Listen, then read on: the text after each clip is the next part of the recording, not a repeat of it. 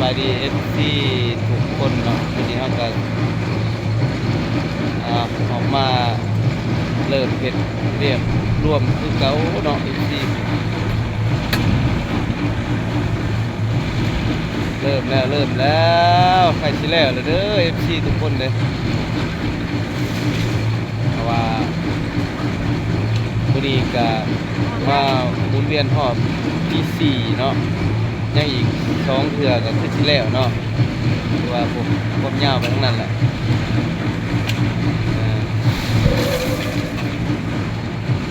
มาเด้อไปยังบ่ได้มาแล้วก็เดี๋ยวมาเฮ็ดเนาะแล้วมาขี่กันเพื่อเฮ็ดให้เรียกบ้านเมืองของเฮานี่สำเร็จเนาะเป็นสามัคคีของบ้าน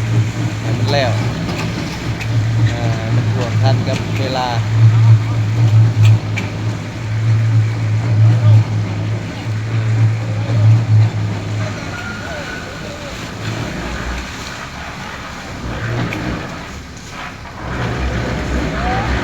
ว่าเริ่มสตาร์ทมาในแต่9 โมงเนาะปัจจุบันนี่ก็ได้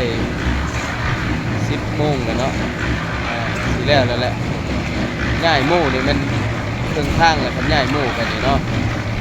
แต่ว่ายังติดตั้งหมู่เวียนอยู่ตอนนี้มื้อนี้ก็สืบต่อเฮ็ดทางอีกคือเก่าเด้อพ่อแม่พี่น้องบ้านรักเมืองของเฮาเนาะนี่แต่ว่ากำลังเฮาก็กำลังเริ่มทยอยมาเนาะเริ่มแล้วโอ้3 หมู่เลยมื้อนี้คือสิแล้วไว้ดอกคาดกะเขาว่าอยากได้เวลา10 โมงนี่เนาะเพราะว่าแต่ละคนก็มีเวียกนะนี่เพราะว่าทางตาพันมียิ่งเพิ่นก็ตักหินตักทรายสวยเนาะภายกำลังแรงงานผู้ชายนี่เพิ่นก็เขากับมุ่งเวียกนัก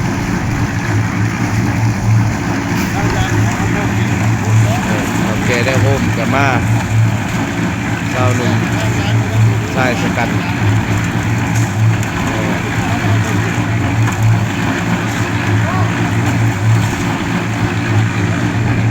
เริ่มแล้ว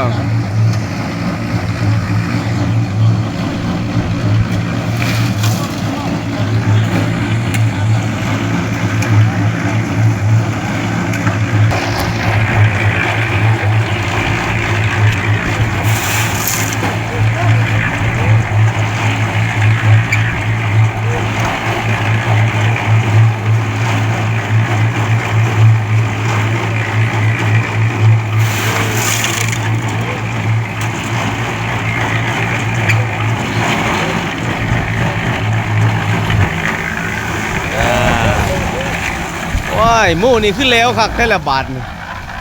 กวดง่ายได้ในนี่นะ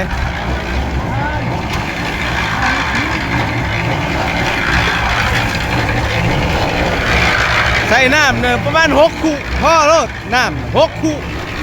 6 หรือ 5นี่พ่อรถน้ำนะบ่พ่อบ่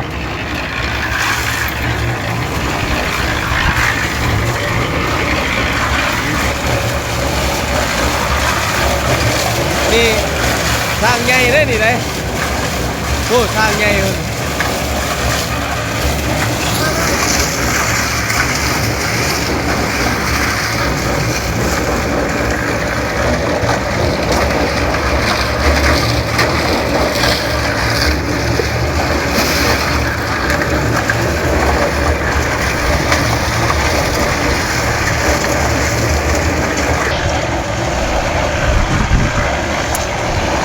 คือ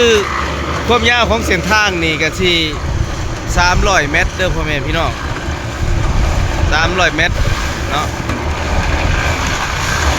นี่ก็รถปูนมันก็ยังมาส่งต่อเนื่องนี่เนาะนี่ความยาวของเส้นทางเส้นนี้ก็300 เมตรเนาะเส้นทางไปตรงเส้นที่2ของบ้านรักเมืองเนาะ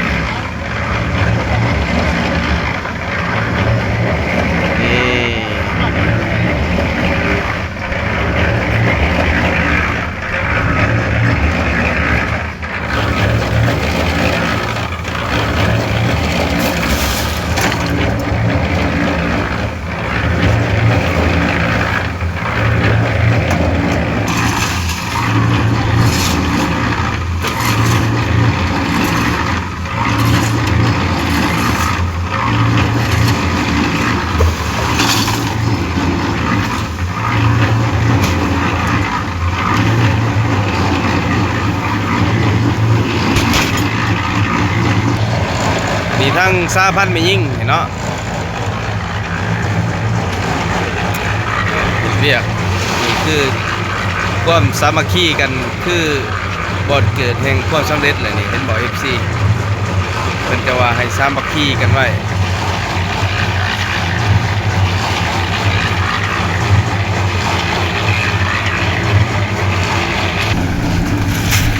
นี่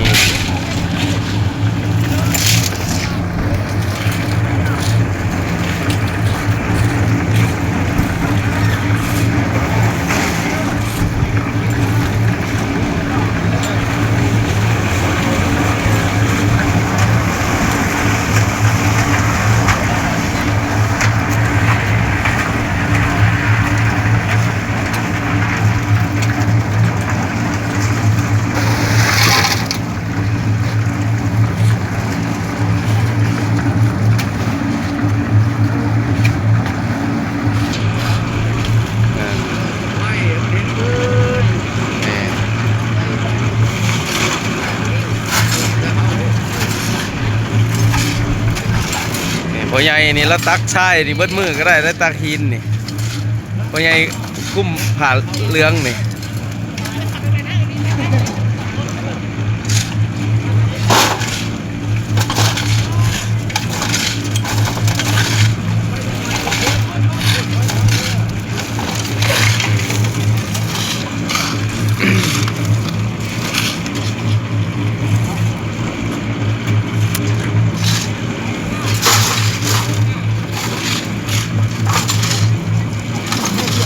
เบิดมือละกองเบิดมือละคู่แล้วได้หิน FC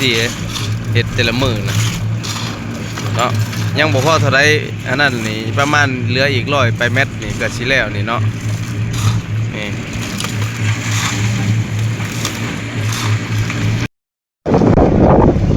ใกล้จะสำเร็จแล้วทุกคนนี่ได้แล้วใกล้แล้วอีกจัก10-20 นาทีก็สำเร็จนี่เนาะทางเบตงของพวกเราเฮ็ดไปทุกมื้อเนาะพัดเปลี่ยนกันมื้อละ5-6 หน่วยปัจจุบันนี่ก็ใส่หินมานี่ก็เบิดหลายตูนเนาะแต่ว่าปูนนี่ก็เบิดอยู่41ตูนเนาะทรายนี่ก็เบิดหลายเม็ดก้อนเนาะแพ็คคู่กันเลยทรายกับหินนี่ FC เอาคอยเป็นคอยไปเส้นทางบ้านเฮาใกล้สิแล้วแหละเพิ่นว่านี่อย่าลืมฝากกดไลค์กดแชร์หน่อยเด้อ FC เนาะรับชมคลิปต่อไปบ๊ายบาย